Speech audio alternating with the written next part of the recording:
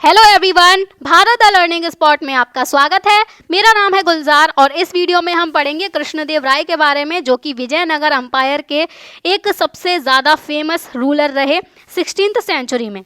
तो ये राजा बनते हैं 1509 में और इनकी डेथ 1529 में हो जाती है। ठीक है, और इन्होंने विजयनगर अंपायर के डोमिनेंस को दक्कन तक फैलाया था। तो हमने ये मैप देखा है, ये विजयनगर अंपायर था। ठीक है, और कृष्णदेव राय जब राजा बनते हैं तो इस अंपायर को थोड़ा थोड़ा एक्सपेंड कर देते हैं, दक्कन की तरफ भी अपना एक्सपेंशन ये बढ़ाते हैं।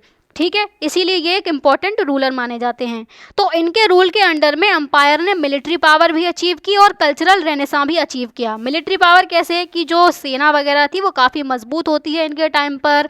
ठीक है, और जो कल्चरल रेनेसां है वो होता है, मतलब जो कल्चर था जैसे कि आर्ट वगैरह, लिटरेचर वगैरह, म्यूज़िक, आर्किटेक्चर, ये सब बहुत तेज़ी से डेवलप होने लगते हैं। तो जो हम रेनेसां वर्ड का यहाँ पर यूज़ कर रहे हैं, ये रेनेसां एक तो यूरोपियन हिस्ट्री के लिए इस्तेमाल किया जाता है। तो हुआ क्या था कि यूरोप में एक डार्क एज आई थी जिसमें सभी लोग जो हैं वो साइंस से दूर हो गए थे, धर्म का ज़्यादा प्रभाव हो गया था, जो चर्च कहता था वही मानते थे सब, और अगर किसी ने नहीं मानी चर्च की बात तो उस इंसान को मार दिया जाता था, उसे जिंदा जला दिया जाता था। ठीक है, इसीलिए इसे अंधकार युग या डार्क एज बोला गया है। तो जब ये डार्क एज खत्म होती है तो लोग दोबारा से जागते हैं, जिसे हम बोलते हैं पुनर्जागरण का समय, या जिसे हम बोलते हैं रेनेसां। तो जब ये रेनेसां होता है तब लोग वापस से अपनी नॉलेज की तरफ, अपने ग्रंथों की तरफ लौटते हैं, और इसीलिए इसे रेनेसां बोला गया है। लेकिन भारत में ऐसी कोई अंधकार वाली एज नहीं आई, कोई डार्क एज नहीं आई। ठीक है, लेकिन हम यहाँ पर कल्चरल रेनेसां का इस्तेमाल इसीलिए ही कर रहे हैं क्योंकि जो कल्चर है, जो आर्ट है, म्यूज़िक है, लिटरेचर है, आर्किटेक्चर है, और भी कई सारे सेक्टर्स ऐसे थे जिनका साथ में और बहुत तेज़ी से डेवलपमेंट होने लगता है। लेकिन कृष्णदेव राय से पहले भी कल्चर डेवलप हो रहा था, कई सारे अच्छे अच्छे मंदिर बनाए गए थे। ठीक है, लेकिन कृष्णदेव राय के समय पर क्या हुआ था, ये सारी चीज़ें बहुत तेज़ी से डेवलप होने लगती हैं। तो कृष्णदेव राय ने पोइट्स को, स्कॉलर्स को पैट्रोनाइज किया था। पैट्रोनाइज मतलब अपने दरबार में रहने के लिए जगह दी थी, अपने महल में रहने के लिए जगह दी थी। तो ये पोइट्स थे संस्कृत के, तेलुगु के और कन्नड़ के। ठीक है, अब ये पैट्रोनाइज क्यों किया जाता था पोइट वगैरह को, क्योंकि आप खुद सोच कर देखो, जिस इंसान के पास में खाने को नहीं होगा, क्या उसका दिमाग इस चीज़ में लगेगा कि कोई भी पोएम कैसे लिखी जाए, उसमें क्या क्या अच्छी अच्छी बातें लिखी जाएँ? ऑब्वियसली नहीं लगेगा ना। उसका पहला ध्यान तो यही रहेगा कि कैसे भी करके मैं अपने लिए खाने की जुगाड़ करूं। तो उसकी ज़िंदगी उसी में निकल जाती है। तो ऐसा ना हो, इसीलिए कई सारे राजा इतिहास में ऐसे रहे जिन्होंने अलग अलग पोइट्स को, अलग अलग स्कॉलर्स को अपने दरबार में रहने की जगह दी ताकि लिटरेचर डेवलप हो सके। और कृष्णदेव राय ने खुद ने एक एपिक पोयम लिखी है। एपिक पोयम मतलब, एपिक का मतलब क्या होता है, बड़ी बड़ी पोयम्स इसमें लिखी जाती हैं, लगभग 10,000 लाइन तक की पोयम होती है। ठीक है, जैसे महाभारत वो एक एपिक है, राइट। तो कृष्णदेव राय ने तेलुगु में लिखा हुआ है एपिक, जिसका नाम है अमुक्त माल्याद। ये अमुक्त माल्याद किसकी स्टोरी पर है? ये तमिल पोएट सेंट आंडाल की स्टोरी पर है। ये आंडाल एक फीमेल थी और तमिल पोएट सेंट थी, यानी कि तमिल वाले रीजन की, यानी कि तमिलनाडु वाले रीजन की ये एक कवि रही और ये संत थी, मतलब ये भगवान विष्णु की बहुत बड़ी भक्त थी। तो कृष्णदेव राय ने जो अमुक्त माल्याद लिखा है उसका मतलब क्या है? अमुक्त का मतलब होता है पहनी हुई, और माल्याद का मतलब होता है माला देने वाली। तो पहनी हुई माला देने वाली या पहनी हुई माला चढ़ाने वाली, ये मतलब है अमुक्त माल्याद का। तो ये आंडाल क्या करती थी, ये माला पहले खुद पहनती थी, उसके बाद में ये भगवान विष्णु को पहनाती थी। ये कहानी है। तो इसी के बारे में अमुक्त माल्याद में लिखा है कृष्णदेव राय ने। और इसी महाकाव्य का या इसी एपिक में एक सेक्शन है राजनीति का। राजनीति, राज का मतलब होता है रॉयल और नीति का मतलब पॉलिसी। तो रॉयल पॉलिसी कैसी होनी चाहिए, यानी कि राज करने की पॉलिसी कैसी होनी चाहिए, जिसमें कृष्णदेव राय ने अपनी गुड गवर्नेंस के आइडियाज़ बताए हैं। गुड गवर्नेंस क्या होती है? ऐसी गवर्नेंस, ऐसा शासन जिसमें जस्टिस होनी चाहिए। ठीक है, सभी लोगों के साथ में इक्वल बिहेवियर हो, जिसमें ट्रांसपेरेंसी होनी चाहिए, यानी कि जो डिसीजंस हैं वो क्लियर होने चाहिए, लोगों तक साफ साफ पहुंचने चाहिए। गवर्नमेंट जो है वो अकाउंटेबल होनी चाहिए, यानी अगर कोई गलती होती है तो लोग राजा से सवाल वगैरह पूछ सकते हैं। और इसके अलावा एफिशिएंसी होनी चाहिए, यानी कि काम जल्दी हो, सही हो, और सबसे ज़रूरी बात पब्लिक वेलफेयर होना चाहिए, यानी कि लोगों के भले के बारे में ज़्यादा सोचना चाहिए। गुड गवर्नेंस में ये सारी मेन बातें होती हैं। तो इसी सारी चीज़ों के बारे में कृष्णदेव राय ने भी लिखा। कृष्णदेव राय ने कई सारे मंदिरों को ग्रांट्स भी दी। ग्रांट मतलब बहुत सारे पैसे दिए ताकि मंदिरों को अच्छे अच्छे तरीके से डेवलप किया जा सके। तो इसमें आंध्र प्रदेश का तिरुपति मंदिर है, और विजयनगर जो कैपिटल थी विजयनगर अंपायर की, वहाँ पर विट्ठल टेम्पल है। और इस विजयनगर में और भी कई सारे बड़े बड़े टेम्पल्स, पैलेसेस और कई सारी बिल्डिंग्स बनाई गई थी। लेकिन एक बैटल हुआ था, बैटल ऑफ तालीकोटा, जिसकी वजह से यहाँ पर जो मंदिर वगैरह थे उन सभी चीज़ों को डिस्ट्रॉय कर दिया गया। तो इसके रूइंस बचते हैं आज के टाइम पर। तो ये जो आपको फ़ोटो दिख रही है, ये महामंडप की फ़ोटो है, ग्रेट हॉल की, विट्ठल टेम्पल की।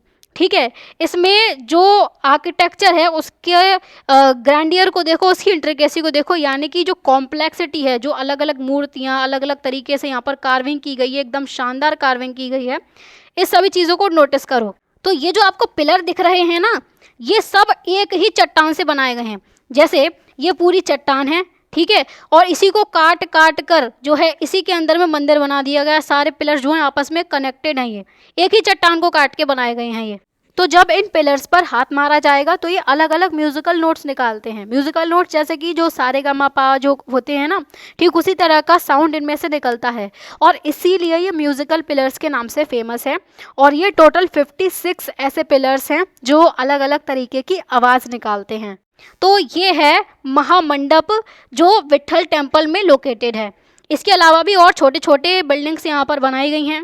और ये आपने देखा होगा 50 रुपये के नोट पर, है ना, ये हम्पी नाम से आपने देखा होगा। तो ये स्टोन का चैरियट है, यानी कि पत्थर का रथ जिसे ये हाथी खींच रहे हैं। तो ये इसी महामंडप के आगे बनाया गया है, इसके आगे जस्ट इसको बनाया गया है, ठीक है।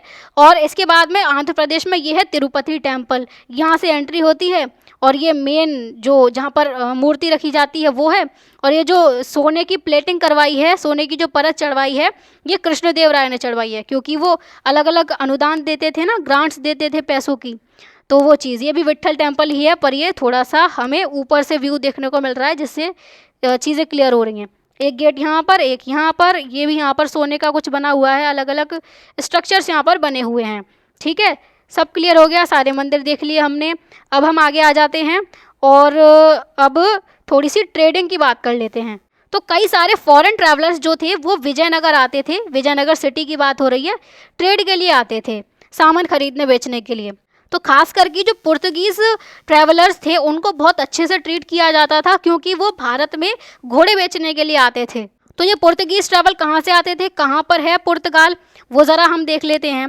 ये हमारा वर्ल्ड मैप है, 7 कॉन्टिनेंट, ये अफ्रीकन कॉन्टिनेंट, ये यूरोप, ये एशिया, ये ऑस्ट्रेलिया, ये साउथ अमेरिका, ये नॉर्थ अमेरिका और ये अंटार्कटिका, ठीक है। अब इसी में ही जो यूरोप है, यूरोप में लोकेटेड है एक कंट्री जिसका नाम है पुर्तगाल। ये कंट्री है पुर्तगाल, और ये है अपना भारत, ठीक है। यहाँ पुर्तगाल से लोग पूरे अफ्रीका को पार करते हुए भारत पहुँचते थे, विजयनगर आए, ये बात कही जा रही है। तो ये ट्रेडिंग के लिए आते थे, ठीक है। इन्हीं पुर्तगीज़ ट्रैवलर्स को जो राजा हुआ करते थे वो बहुत अच्छे से ट्रीट करते थे, क्योंकि घोड़े बेचने के लिए आते थे भारत में, और घोड़े उस समय पर बहुत ज़रूरी होते थे सेना के लिए। और राजा ये नहीं चाहता था कि वो लोग घोड़ों को उनके दुश्मन राज्य को बेचें, इसीलिए वो उनके साथ में अच्छे से ट्रीटमेंट करते थे। तो एक पुर्तगाली यात्री था डोमिंगो पास, इसने एक लंबा चौड़ा डिटेल्ड रिकॉर्ड लिखा है। जो विजयनगर कैपिटल में ये रुका था उसके बारे में इसने लिखा है कि ये जो सिटी है विजयनगर, ये इतनी बड़ी है जितना बड़ा रोम है। बहुत ज़्यादा सुंदर है ये देखने में विजयनगर।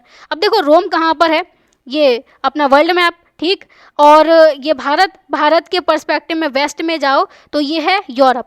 यूरोप में ये वाली जो कंट्री आपको दिख रही है यही है इटली, और इटली में यहाँ पर है रोम, ठीक है। और इसी रोम से तुलना की है डोमिंग पास ने कि इसी रोम जितना बड़ा है यहाँ पर विजयनगर उतना ही सुंदर है, और भी कई सारी बातें बोली हैं डोमिंग पास ने। लेकिन उससे पहले हम जो है अपनी रियल अर्थ को देख लेते हैं, रियल मैप को देख लेते हैं, जिससे हमारी लोकेशंस जो हैं वो क्लियर हो जाएं। तो ये है हमारी अर्थ, और ये सामने आपको दिख रहा होगा अपना प्यारा भारत, है ना। तो इंडिया के जब हम वेस्ट में जाएंगे इस तरीके से, तो यहाँ पर यूरोप होगा। यूरोप में ये वाली कंट्री है पुर्तगाल, ठीक है, ये जो कंट्री है ये पुर्तगाल है, यहीं से कई सारे यात्री भारत में आए। और ये जो कंट्री है ये वाली है ना, ये है इटली, और इटली में यहाँ पर है रोम, आपको साफ साफ दिख रहा होगा इटली और रोम, ठीक है। और इसी रोम से दोमिंग पास ने विजयनगर की तुलना की है, ठीक है। तो थोड़ा सा हम ना सारे कॉन्टिनेंट्स को और देख ले रहे हैं, क्योंकि इसमें हमें अच्छे से क्लैरिटी मिल जाती है। तो ये है अपना एशियन कॉन्टिनेंट, ठीक है, जिसमें भारत आता है। और फिर ये है यूरोप, दूसरा कॉन्टिनेंट हो गया। यूरोप के साउथ में है अफ्रीकन कॉन्टिनेंट, ये पूरा कॉन्टिनेंट अफ्रीका है। ये जो आपको दिख रही है ये भी एक कंट्री है, और एक आइलैंड कंट्री है ये, जो अफ्रीका का ही पार्ट है। फिर यहाँ पर आ जाओ, ये है नॉर्थ अमेरिका, ये पूरा पार्ट नॉर्थ अमेरिका का है, ठीक है। फिर नॉर्थ अमेरिका के साउथ में है ये साउथ अमेरिका, बिल्कुल पिज्ज़ा की स्लाइस जैसा लगता है ये भी एक कॉन्टिनेंट है। फिर यहाँ पर है ये एशिया हो गया, एशिया के साउथ में और ईस्ट में कौन सी दिशा होती है ये, साउथ ईस्ट, तो यहाँ पर ऑस्ट्रेलिया है, ओके। और इसे हम बोलते हैं साउथ पोल, यहाँ पर है अंटार्कटिका। इसका पूरा मैप नहीं आ रहा है स्क्रीन पर, लेकिन आपको दिख पा रहा होगा ये अंटार्कटिका जो कॉन्टिनेंट है, पूरी बर्फ़ ही बर्फ़ है यहाँ पर, इसीलिए वाइट कलर का दिख रहा है। तो ये अलग अलग कॉन्टिनेंट हो गए। यहाँ पर इटली हो गया, यहाँ पर पुर्तगाल हो गया, ठीक है। यहाँ से पुर्तगाल से यहाँ से लोग इस तरीके से पूरे अफ्रीका को पार करते हुए यहाँ पर भारत में आते थे, ठीक है। भारत में यहाँ पर कर्नाटक वाले स्टेट में क्या है, हम्पी है, जिसे उस समय पर विजयनगर बोलते थे। तो यहाँ पर कई सारे जो ट्रैवलर्स थे वो आए। अब हो सकता है आप लोगों के दिमाग में एक डाउट आ रहा हो कि हमारी पृथ्वी तो गोल है, लेकिन ये मैप इस तरीके से हमें क्यों दिख रहा है, पूरा 2D में फैला हुआ। तो इसके पीछे कहानी क्या है, जब आप एक बॉल को लोगे, ठीक है, इसे इमेजिन करके देखो, और उस बॉल को जब आप बीच में से काट दोगे एक साइड से, और फिर जब उसे फैलाओगे इधर उधर, तो वो इसी तरीके से ही तो दिखेगी, है ना। ये मान लो बॉल ही थी, ये पहले इस तरीके से कनेक्टेड थी, लेकिन जब हमने इसे यहीं से काट दिया एक साइड से पीछे से और इस तरीके से इसे फैला दिया, तो ये फैलकर कुछ हमें ऐसी दिख रही है, और सारे के सारे कॉन्टिनेंट हमें दिख पा रहे हैं। ऐसा हम इसीलिए करते हैं क्योंकि हम पेपर पर जब इस तरीके का स्फेयर बनाएंगे तो हमें एक साइड पर एक ही चीज़ दिखेगी। मान लो हमें नॉर्थ अमेरिका साउथ अमेरिका ही एक साइड पर दिखेंगे, ये सारे कॉन्टिनेंट छूट जाएंगे। तो सारे के सारे कॉन्टिनेंट एक ही पेज पर आ जाएं, एक ही बार में दिख जाएं, इसीलिए इस टाइप का मैप बनाया गया, ये जुगाड़ लगाई गई, ठीक है। तो ये ज्योग्राफी का एक इम्पॉर्टेंट कॉन्सेप्ट हो गया जो आप लोगों को मैंने क्लियर कर दिया है। तो हम पढ़ रहे थे दोमिंगो पास का रिकॉर्ड, जो उसने विजयनगर के बारे में बोला है। उसने बोला है विजयनगर रोम के बराबर बड़ी है, बहुत ज़्यादा ब्यूटीफुल है, और इस सिटी में कई सारे पेड़ हैं, और लोगों के गार्डन्स में भी बहुत सारे पेड़ लगे हुए हैं। बहुत सारे कंड्यूट्स यानी कि छोटी छोटी जो पानी की धाराएं होती हैं वो जो है वो सिटी के बीच में से बह रही होती हैं, और कई सारी लेक्स भी लोकेटेड हैं विजयनगर में, यानी कि जो झीलें होती हैं वो भी लोकेटेड हैं। इस सिटी में बहुत सारे लोग हैं, काउंटलेस लोग हैं, बहुत सारी पॉपुलेशन है, और ये सिटी बेस्ट प्रोवाइडेड सिटी है पूरे वर्ल्ड की। बेस्ट प्रोवाइडेड सिटी यानी कि यहाँ पर जो चाहे वो मिल जाएगा, आपको रहने के लिए जो भी चीज़ें चाहिए वो यहाँ पर मिल जाएगी, ठीक है। जो स्ट्रीट्स हैं यानी जो गलियां होती हैं, जो मार्केट हैं, उनमें लैडन ऑक्सन है यहाँ पर कई सारे, यानी कि बोझ ढोने वाले बैल आपको देखने को मिल जाएंगे, तो उनकी मदद से व्यापार किया जाता था। तो आपको यहाँ पर हर चीज़ मिल जाएगी अबंडेंस में, यानी कि इतनी मात्रा में लोकेटेड है कि आपको जो भी चीज़ चाहिए वो विजयनगर से आपको मिल जाएगी। ये सब दोमिंगो पास ने बोला है विजयनगर के बारे में।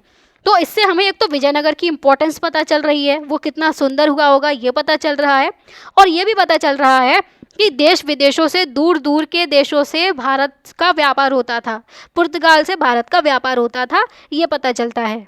तो ये विट्ठल टेम्पल से एक पैनल है, मतलब जो दीवार पर चित्र बना देते हैं, दीवार पर खुरच खुरच कर कुछ चित्र बनाए गए हैं, उसकी बात यहाँ पर की जा रही है।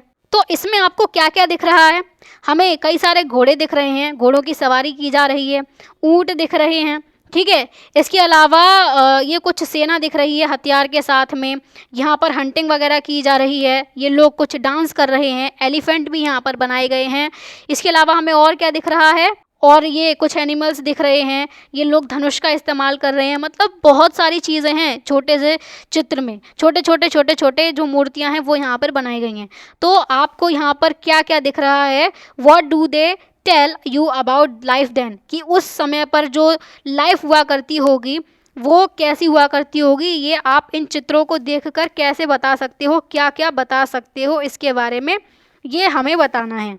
तो देखो, जो सोल्जर्स, जो वेपन्स वगैरह हमें यहाँ पर दिख रहे हैं, ये हमें क्या बता रहा है कि उस टाइम पर युद्ध बहुत इंपॉर्टेंट होता था, है ना। किंगडम अगर बढ़ाना है तो युद्ध तो करना पड़ेगा, वॉर तो करनी पड़ेगी। फिर जो हॉर्स हैं, जो घोड़े वगैरह यहाँ पर दिख रहे हैं, ये भी इम्पॉर्टेंट होते थे। हॉर्स राइडिंग इम्पॉर्टेंट होती थी, ये हॉर्स चला रहे हैं। और घुड़सवार सेना बहुत ज़रूरी होती थी उस समय पर, ठीक है। और हंटिंग दिखाई गई है यहाँ पर, ये दिख रहा है यहाँ पर एक इंसान जो है वो एक जानवर से लड़ रहा है, तो ये ब्रेवरी को शो कर रहा है, उसकी करेज को दिखा रहा है। और कई सारे एनिमल्स की इमेज भी यहाँ पर शो की गई हैं, तो एनिमल्स का भी इम्पोर्टेंस रहता था। तो इससे हमें पता चल रहा है कि जो मंदिर है वो सिर्फ ऐसी जगह नहीं है जहाँ पर सिर्फ पूजा की जाती है, जहाँ पर सिर्फ वर्शिप की जाती है, सिर्फ ऐसी जगह नहीं है वो, वहाँ पर हिस्ट्री और कल्चर को भी रिकॉर्ड किया गया है। तो ये अलग अलग चित्र जो बनाए जाते हैं अलग अलग मंदिरों में, इससे हमें हमारी हिस्ट्री के बारे में, हमारे कल्चर के बारे में पता चलता है। तो मंदिर पुराने समय के बहुत इम्पोर्टेंट हुआ करते थे हर एक पॉइंट ऑफ व्यू से। तो कृष्णदेव राय ने विजयनगर अंपायर को एक्सपेंड किया था, ये हमने पढ़ा था। तो बहुत सारी वॉर्स इन्होंने जीती थी अपने नेबर्स से, जो अलग अलग सल्तनतें थीं, दक्कन सल्तनत, उनसे इन्होंने जीती थी। तो इलनेस की वजह से, बीमारी की वजह से, ये 1529 में इनकी डेथ हो जाती है कृष्णदेव राय की। फिर 1565 में क्या होता है, जो दक्कन सल्तनत थी इन्होंने एक कोलिशन बना ली। कोलिशन मतलब कि इन्होंने एक ग्रुप बना लिया, एक गठबंधन बना लिया कि एक साथ में हो गई ये सल्तनत, और विजयनगर साम्राज्य के अगेंस्ट में लड़ाई की उन्होंने। तो तालीकोटा के बैटल में 1565 में विजयनगर फोर्सेस को हरा दिया, और विजयनगर फोर्सेस को लीड कर रहे थे राम राय। और ये राम राय कौन थे, ये कृष्णदेव राय के सन इन लॉ थे, यानी कि दामाद थे। तो ये जो दक्कन सल्तनतें थीं जिन्होंने कोलिशन बनाई थी, इसमें बेरार सल्तनत नहीं थी, बाकी की जो 4 सल्तनतें थीं वो थीं, जिसमें बीजापुर, अहमदनगर, गोलकोंडा और बीदर, ये चारों थीं। इसको मैप में देख लेते हैं जिससे ज़्यादा अच्छे से क्लियर हो। तो ये दक्कन सल्तनतें हैं, ठीक है। इसमें अहमदनगर की सल्तनत थी कोलिशन में, बीजापुर की थी, और गोलकोंडा की थी, और बीदर की थी। बेरार की सल्तनत इससे बाहर रहती है, ये इनके साथ में लड़ाई नहीं करती, ठीक है। तो तालीकोटा के बैटल में कोलिशन और राम राय के अगेंस्ट में युद्ध होता है, जिसमें विजयनगर अंपायर की हार हो जाती है, और विजयनगर सिटी को बहुत महीनों तक लूटा जाता है। सैक यानी कि लूटा जाना। वहाँ पर जो भी घर थे, जो भी दुकानें थीं, बिल्डिंग्स, पैलेसेस और कई सारे टेम्पल्स को डिस्ट्रॉय कर दिया गया, ठीक है। और जो सिविलियन पॉपुलेशन थी, मतलब वहाँ के जो नागरिक थे, जो रहने वाले लोग थे, उनको मैसेकर किया गया। मैसेकर मतलब क्या होता है, बहुत सारे लोगों को मारा जाना। तो बहुत सारी पॉपुलेशन मारी गई और सिटी को र्यून्स में, खंडरों में छोड़ दिया गया। हमने जो फोटो देखी थी, जो विरूपक्ष टेम्पल के र्यून्स के रूप में हमने यहाँ पर ये देखी थी। ये सब र्यून्स कैसे बने, ये सब खंडर कैसे बने, ये देखो कुछ यहाँ पर बचा हुआ है, बस पत्थर पत्थर दिख रहे हैं। ये सब खंडर ऐसे ही तो बनते हैं कि इस सिटी को डिस्ट्रॉय किया गया था तालीकोटा के बैटल के बाद में, या तालीकोटा के बैटल में, ठीक है। फिर इस बैटल के बाद में विजयनगर अंपायर फ्रैगमेंट हो गया, टूट गया छोटे छोटे रीजन्स में, और इन रीजन्स को रूल कर रहे थे नायक। ये नायक कौन थे, विजयनगर अंपायर के मिलिट्री गवर्नर्स थे। मतलब जब अंपायर था तब ये उसमें मिलिट्री गवर्नर थे, अलग अलग जगहों को ये निगरानी रखते थे, वहाँ पर रूल करते थे। लेकिन जब विजयनगर अंपायर टूट गया छोटे छोटे टुकड़ों में, तो यही गवर्नर, यही नायक बनकर आते हैं और इन पर रूल करते हैं। और फिर at the end mid 17th century में, लगभग 1646 में विजयनगर अंपायर पूरी तरीके से ख़त्म हो जाता है। तो हमने देखा कि इतना समृद्ध अंपायर था और इतनी ग्रोथ यहाँ पर हो रही थी, लेकिन उसके बावजूद इसका डिक्लाइन हुआ। तो फॉल के रीज़न क्या थे, जो स्ट्रॉन्ग रूलर था उसी की डेथ हो गई, कृष्णदेव राय की डेथ हो गई, है ना। इसके अलावा जो दुश्मन राज्य थे वो एक हो गए। हालांकि वो दिल्ली सल्तनतें आपस में लड़ती रहती थी, पांचों की पांचों एक दूसरे पर अटैक करती रहती थी, लेकिन सभी ने मिलकर एक ग्रुप बनाया और विजयनगर अंपायर के अगेंस्ट में लड़ाई की। ठीक उसी तरीके से जैसे मुसुनरी नायकों ने दिल्ली सल्तनत के अगेंस्ट में ग्रुप बनाया था और दिल्ली सल्तनत के अगेंस्ट में लड़े थे। और तालीकोटा में हार जाना भी, एक तो डेथ हो गई, ठीक है। दूसरा एनिमीज की ग्रुपिंग हो गई। तीसरा तालीकोटा के बैटल में हार जाना रीज़न रहा विजयनगर एम्पायर के डिक्लाइन का। फिर इनकी कैपिटल जो थी वही पूरी तरीके से डिस्ट्रक्शन उसका हो गया, पूरी तरीके से ख़त्म कर दी गई। तो ये सारे रीजंस रहे जिसकी वजह से विजयनगर एम्पायर पूरी तरह से ख़त्म हो जाता है। तो 1336 में एस्टेब्लिश हुआ और 1646 में पूरी तरीके से इसका एंड हो जाता है। ठीक है, तो ये हमने पूरा विजयनगर एम्पायर के बारे में और बहामनी सल्तनत के बारे में पढ़ लिया है। तो हमने 1206 से शुरू की थी, दिल्ली सल्तनत हमने पढ़ ली, ये ख़त्म की। ठीक है, नॉर्थ में दिल्ली सल्तनत चल रही थी, वहीं फिर साउथ में विजयनगर एम्पायर 1336 में इस्टेब्लिश हो जाता है। ओके, इसके बाद में 1347 में बहामनी सल्तनत इस्टेब्लिश हो जाती है। बहामनी सल्तनत एक मुस्लिम राज्य थी और विजयनगर एम्पायर एक हिंदू राज्य था, इसीलिए ये आपस में दुश्मन थे ये दोनों के दोनों। तो अब क्या होगा, ये दिल्ली सल्तनत चल रही है, फिर 1526 में मुगल्स आएंगे और पानीपत का पहला युद्ध होगा जिसमें दिल्ली सल्तनत हार जाएगी और फिर भारत में मुगल एम्पायर एस्टेब्लिश हो जाएगा। तो नेक्स्ट वीडियो में हम इन्हीं मुगल्स के बारे में पढ़ेंगे। ठीक है, तो वीडियो कैसी लगी कमेंट्स में ज़रूर बताएं और वीडियो को लाइक और शेयर करना ना भूलें। चैनल को सब्सक्राइब ज़रूर से करके रख लें। तो चलिए फिर मिलते हैं अगली वीडियो में, तब तक के लिए bye bye, take care and keep learning.